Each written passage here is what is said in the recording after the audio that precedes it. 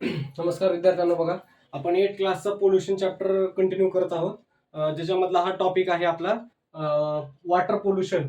Previous लेक्चरमध्ये आपण water पोल्युशनची definition बघितली आहे, त्याच्याबद्दल आपण डिस्क्रिप्शन पण लिहून दिलेलं आहे.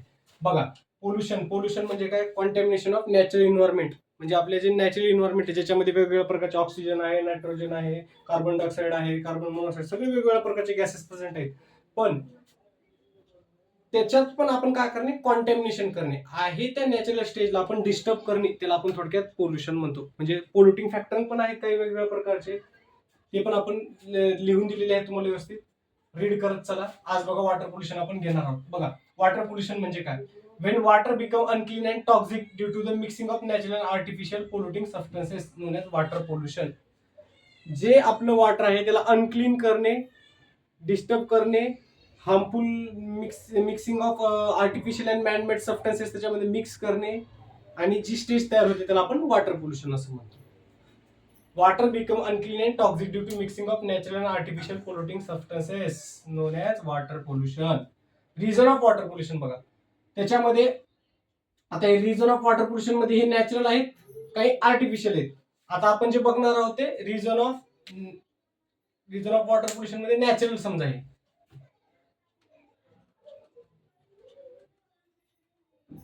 नॅचरल रिझन काय ते बघा. आता बघा,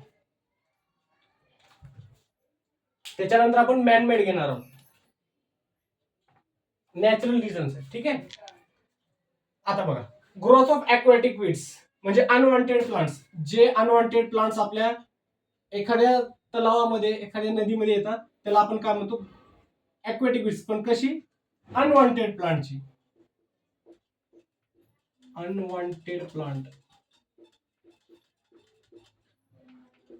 बघा काय म्हणले? Decreases the oxygen level, affect on water and water quality, organic and inorganic waste. जेव्हा इनऑर्गॅनिक अँड ऑर्गॅनिक वेस्ट त्याच्यामध्ये टाकतो, एखाद्या वॉटरमध्ये मिक्स करतो, तेव्हा जे अनवॉन्टेड प्लांट्स आहेत ते काय करतात? अति प्रमाणात वाढ घेत असतात. पण ते काय करतात? आपले ॲक्वॅटिक वीड्स म्हणजे अनवॉन्टेड प्लांटला ग्रो करतात. कशामुळे? ऑर्गॅनिक आणि इनऑर्गॅनिक वेस्ट त्याच्यामध्ये टाकल्यामुळे. त्याच्यामुळे आपलं ऑक्सिजन लेवल कमी होतं आणि वॉटर क्वालिटी पण डिस्टर्ब होते किंवा कमी दर्जाची मिळते, जेणेकरून आपण ती पिण्यालायक राहत नाही. ठीक आहे, असं.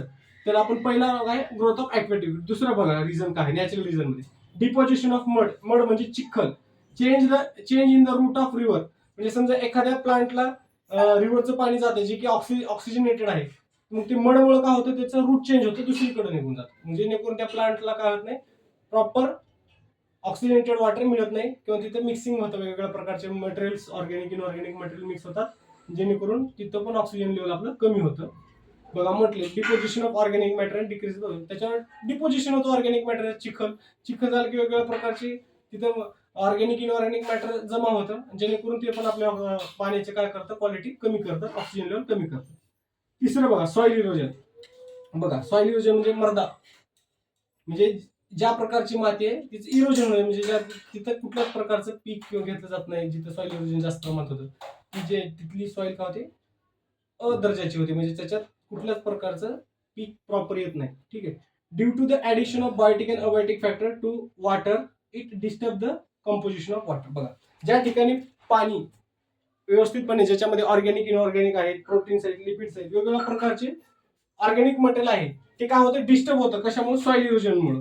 म्हणून सॉइल इरोजन पण आपल्यासाठी काय? वॉटर पोल्युशनसाठी नॅचरल फॅक्टर आहे, जो की आपल्या वॉटर सिस्टमला डिस्टर्ब करतो. मायक्रोब्स, सूक्ष्मजीव. Microbes growth on the dead and decay matter, they reduce the oxygen level of water. जेव्हा वेगवेगळ्या प्रकारचे मायक्रो ऑर्गॅनिझम काही प्रमाणात ठीक आहे, आता जसं आपण रायझोबॅक्टेरियम बघितलं, अझोबॅक्टर बघितलं, जे की leguminous plant, non leguminous plant मध्ये असतात, ते आपल्याला नायट्रोजन फिक्सेससाठी मदत करतात. पण काही वेगवेगळ्या प्रकारचे मायक्रो ऑर्गॅनिझम अवेलेबल आहेत, जे डेड अँड डिके मॅटरवर ग्रो होतात. ते काय करतात? आपल्या वॉटर सिस्टमला डिस्टर्ब करतात, वॉटरला डिस्टर्ब करतात. त्याच्यामुळे पण आपलं ऑक्सिजन लेवल कमी होतं. हे पण एक नॅचरल रिझन आहे. आली बघा, शेवाळ.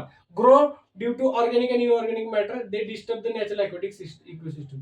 algae जास्त प्रमाणात जर पाण्यात वाढली तर आपल्या नॅचरल ॲक्वॅटिक सिस्टमला काय करते? डिस्टर्ब करते. त्यामुळे पण वॉटर क्वालिटी आपली डिस्टर्ब होऊ शकते, तिथं पण वॉटर पोल्युशन क्रिएट होऊ शकते. निमॅटोड्स बघा, they can present in the soil, mix in water and harmful to the human body and disturb to the water system.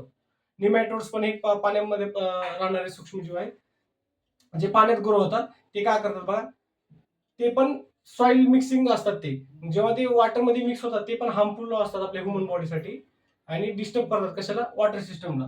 त्याच्यामुळे तो पण आपल्या वॉटर सिस्टीमचा एक रिझन आहे, नॅचरल रिझन आहे, जो की आपल्या वॉटरला डिस्टर्ब करतो. ठीक आहे, अशा प्रकारचे 6 रिझन्स आहेत नॅचरल रिझन मध्ये. त्याच्यानंतर आपला आहे आर्टिफिशियल रिझन, मॅनमेड रिझन्स. कोणते कोणते आहेत जे की वॉटर पोल्युशनला आपल्याला डिस्टर्ब करतात? हे बघा, growth of aquatic weeds, deposition of mud, soil erosion, microbes, nematode and algae. हे 6 रिझन आहेत नॅचरल रिझन मध्ये जे की आपले वॉटर पोल्युशन क्रिएट करतात. बाकीचे मॅनमेड रिझन आहेत ते आपण लेक्चरमध्ये बघूया. आता थोडं चॅप्टर राहिलेलं आहे, अर्ध्याच्यावर आपण पूर्ण व्यवस्थित लिहून दिलेलं आहे. वॉटर पोल्युशन, त्याच्यानंतर याच्या अगोदर एअर पोल्युशन झालं ते पण व्यवस्थितपणे आपण लिहून दिलेलं आहे विथ डायग्रामॅटिक रिप्रेझेंटेशन. ठीक आहे, आणि परत एकदा चॅप्टर एंड झाल्यानंतर आपण त्याचा ओव्हरव्ह्यू घेऊया. ठीक आहे.